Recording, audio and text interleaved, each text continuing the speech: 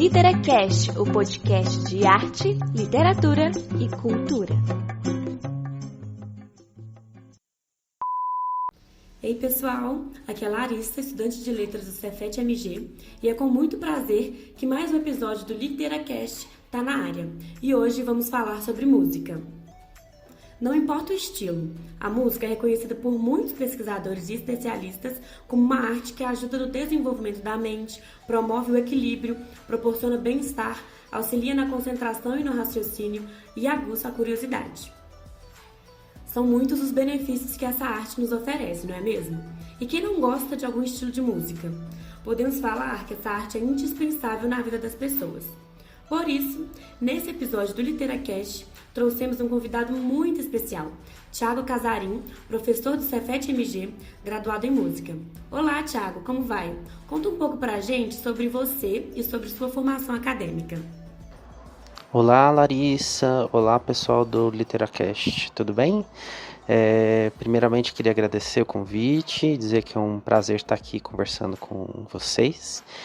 E sobre minha formação acadêmica, bom, eu sou bacharel em música. Na graduação, eu tive uma formação mais voltada para a prática instrumental, então me formei em piano.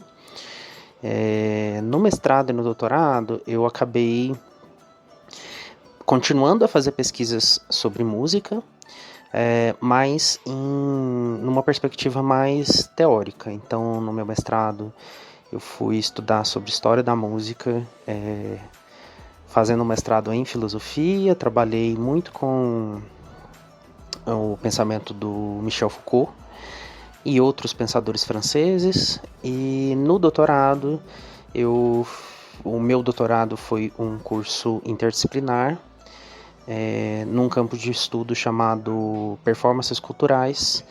E aí no doutorado eu acabei estudando sobre cultura hip hop. Muito bacana, Thiago. Então, pessoal, ninguém melhor que o Thiago para nos ajudar a entender melhor sobre a importância da música na vida das pessoas, né? Thiago, conta um pouco pra gente sobre a influência dessa arte na criação da identidade dos jovens. Como ela tem a capacidade de auxiliar os jovens a passar por momentos de turbulência e tudo mais. Oi, Larissa. Então, eu acho bem interessante sua pergunta. Pra gente pensar, acho que dois aspectos da formação de identidades, né? De fato, a música, não só na juventude, mas desde a infância até a velhice, né? A gente pode perceber que ela acompanha grande parte das culturas do mundo. Então, a gente vê, inclusive, diferentes funções da música nas sociedades, né? Uma perspectiva, inclusive, bem tradicional de olhar para a música, por exemplo, pensando na função que ela pode cumprir em determinados rituais, ou para situações em que se trata ali do simples prazer de ouvir música. E aí a gente pode discutir, né? Essas duas dimensões, inclusive, podem estar ligadas à questão das identidades, mas a gente vê, para além desses rituais, do puro prazer, que as pessoas se agrupam em torno de música. Então a gente gosta, por exemplo, de compartilhar os artistas que a gente ouve, ou os tipos de música que a gente gosta de ouvir. A gente gosta de compartilhar, né, mandar para as pessoas pelo WhatsApp, por exemplo, um vídeo de uma música, ou a gente posta hoje em dia nas stories do nosso Instagram, né, tipo, as coisas que a gente está ouvindo. A gente, quando vai postar uma foto na internet, às vezes legenda com um trecho de música. E a gente, então, tem muito essa prática do compartilhamento, e quando a gente compartilha coisas, a gente se identifica, né? Então, acho que uma parte do que você me pergunta tem a ver com essas práticas de usar a música como uma forma de estar junto com as pessoas. E quando a gente consegue estar junto, a gente também cria aí uma identidade a gente se reconhece um no outro e se identifica. Por outro lado, é muito importante dizer também que essa função identitária da música, ela não é a única, né? Sobretudo, acho que no século XX, assim, e ainda no século XXI, a música também cumpriu o papel de criar certas desidentificações. O que eu quero dizer com isso? Que a arte também tem um papel de causar estranhamento, de causar questionamento, crítica, de fazer com que a gente escute sons, escute letras de música cantadas, com ritmo, né, com instrumentos, enfim. E de repente a gente, ao ouvir aqueles sons organizados, a gente se estranha, então a gente perde um pouco da nossa identidade também, e isso não é um processo ruim, necessariamente, né? É um processo que nos faz questionar também a nossa identidade e querer reconstruí-la. Então, se por um lado a música tem sim um papel de afirmar e reafirmar valores e identidades que são compartilhadas, por outro lado a música tem um papel muito importante também no questionamento de certos traços identitários, lembrando que identidade não é uma coisa somente positiva, né? A gente pode se identificar com coisas muito ruins. E talvez a música, um dos papéis principais dela seja justamente fazer a gente se identificar, perder a nossa identidade, desculpa, né? Com coisas que têm que ser questionadas. Então, hoje em dia, por exemplo, é muito, muito comum a gente ver o questionamento crítico de canções que a gente cantava na nossa infância, ou os nossos pais cantavam na infância deles, que parecem simples canções folclóricas, marchinhas de carnaval inocentes, mas que quando a gente para olhar, com um olhar um pouco crítico, a gente estranha, porque parece que aquilo não cabe mais no nosso tempo. São canções que produziram identidades às vezes racistas, às vezes machistas, homofóbicas, capacitistas, e aí hoje a gente olha para essa produção de identidade que muitas pessoas se identificavam com os conteúdos daquelas músicas e a gente não quer mais se identificar com isso também. Então a gente procura músicas que nos ajudam também a nos afastar dessas identidades, ou esses traços identitários, esses elementos de identificação com sistemas de exclusão e de violência, né? Então, acho que a questão sempre, né, que aparece sobre a formação identitária ligada à música, a gente tem que olhar para esses dois lados. Existe um lado positivo no compartilhamento, no gostar de estar junto, de a gente criar um grupo, um sentimento de pertencimento coletivo. Por outro lado, a música também tem uma função de nos questionar esses grupos que às vezes estão reunidos em torno de elementos muito violentos, muito excludentes, e aí existem músicas que fraturam essas identidades num sentido positivo, necessário e saudável para a vida política democrática. Entendi, Thiago. Muito interessante isso, né? E você, como pesquisador da cultura do hip hop, especificamente o rap, você percebe que além de ajudar na identidade e sociabilidade dos jovens, o rap também é um meio de expressão dos jovens usado para criticar e questionar mesmo, né, as condições sociais? Conta um pouco pra gente sobre esse estilo musical e o impacto que ele vem tendo na sociedade, na vida dos jovens, principalmente os de periferia, né? Da mesma maneira, né, que a gente pode pensar, então, em geral, sobre as diferentes expressões musicais nessa dinâmica que eu falei, né, de construção e questionamento de identidades, a cultura hip hop também, ela, embora, né, tenha suas singularidades e suas especificidades que não se repetem em outros gêneros musicais, mas quando a gente está falando de rap, a gente também não pode considerá-lo como completamente isolado das demais práticas e expressões musicais que existem. Então o rap também entra um pouco nessa dinâmica de, por um lado, afirmar identidades e de outro, de questionar identidades. Inclusive o rap, historicamente, a gente vê ele sendo, de uma maneira inclusive bastante correta, né, sendo muito vinculado à ideia de questionamento e de crítica. Mas a gente precisa lembrar também que, por exemplo, uma das primeiras formas como o rap vai se afirmar no Brasil são nos pontos de encontro que a gente pode chamar assim de uma maneira um pouco não muito rigorosa, mas só para os ouvintes entenderem, a gente pode chamar de pontos de encontro festivos, né?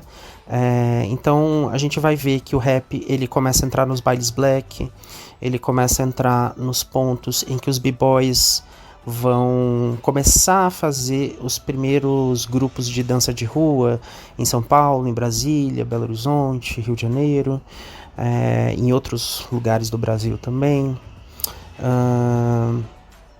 Então, esses são pontos de encontro em que o que está muito presente ali é, de fato, a afirmação de um sentimento de coletividade e os elementos centrais desse sentimento de coletividade, de pertencimento coletivo, obviamente são a negritude, o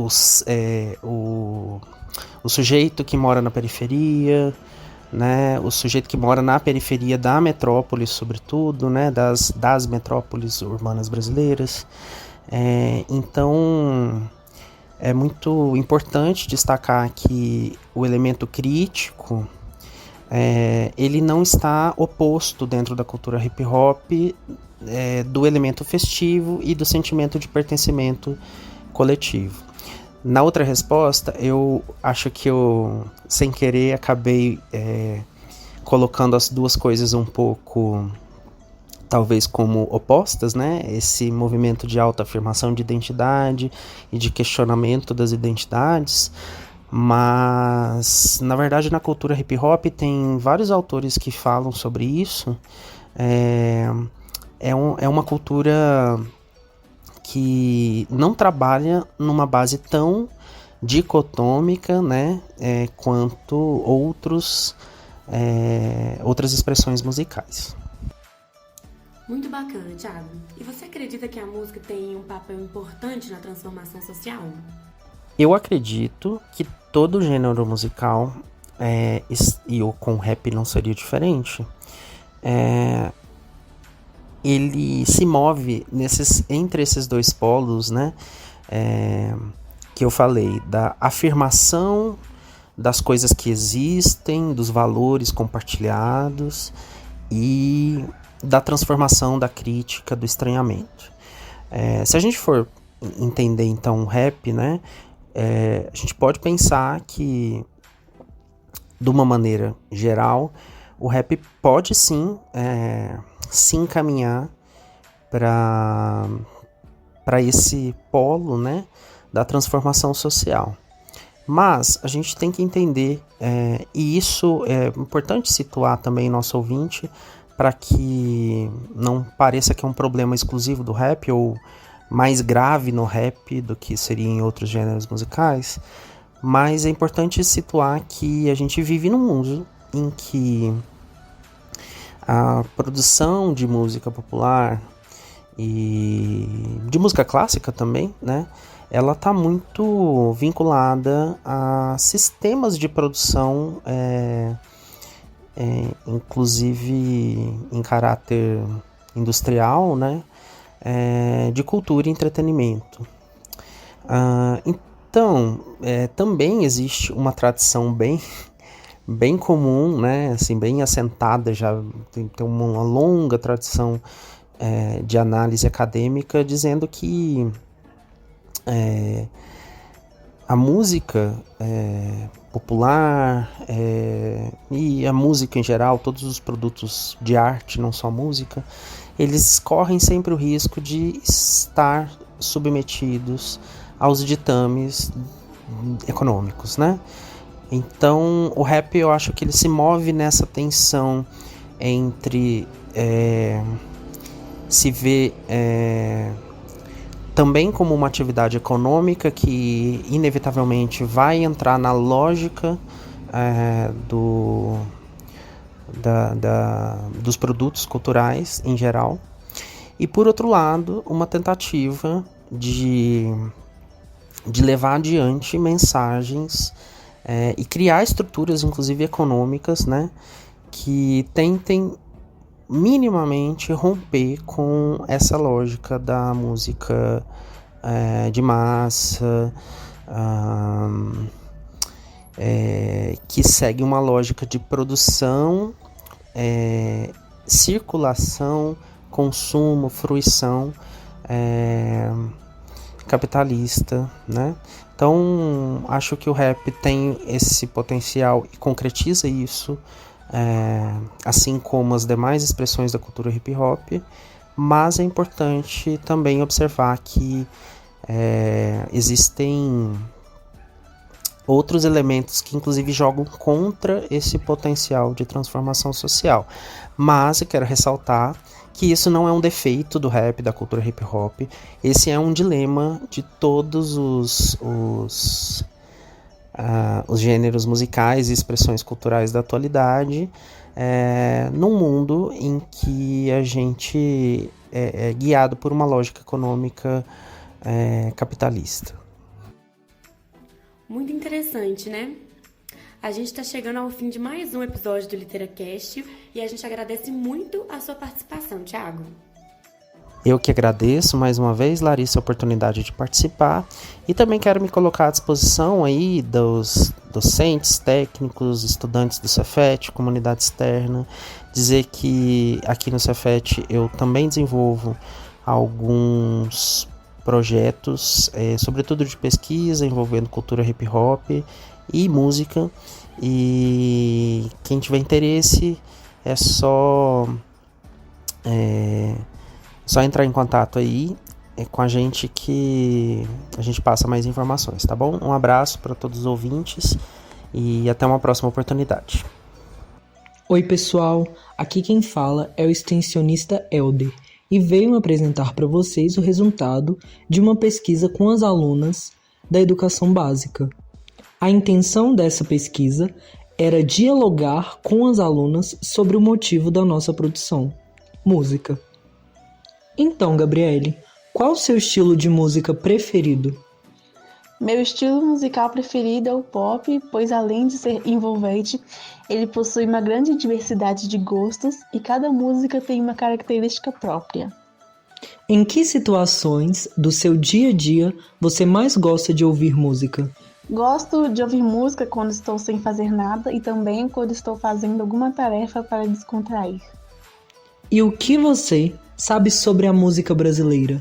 Sei que o MPB é o gênero musical mais ouvido no Brasil e também é bastante famoso ao redor do mundo, e que os cantores mais famosos desse estilo são Caetano Veloso, Chico Buarque, Gilberto Gil, Elis Regina, Tom Jobs, entre outros. Então é isso, pessoal. Chegamos ao fim de mais um episódio do LiteraCast. Esperamos de verdade que esse episódio possa ter trazido muitas reflexões e aprendizado para vocês. E mais uma vez, agradecemos a participação especial do nosso convidado Thiago, que nos fez entender ainda mais a importância e influência da música na vida das pessoas e dos jovens. Antes de dar tchau, queremos agradecer o apoio da Diretoria de Extensão e Desenvolvimento Comunitário do Cefet-MG e da coordenadora do programa Pensar Jovem Fazer Sentido, professora doutora Carla Moreira. O Pensar Jovem convida a todos vocês, entusiastas dos assuntos e reflexões relacionados à educação e à literatura, a participar dos nossos debates aqui nos nossos podcasts e nas nossas redes sociais. Nosso Instagram é o @PensarJovemCefetMG. Todas as informações sobre como enviar propostas estão lá. Obrigada, ouvintes, por ter nos acompanhado até aqui. Esperamos que tenham gostado do nosso bate-papo e até o próximo episódio.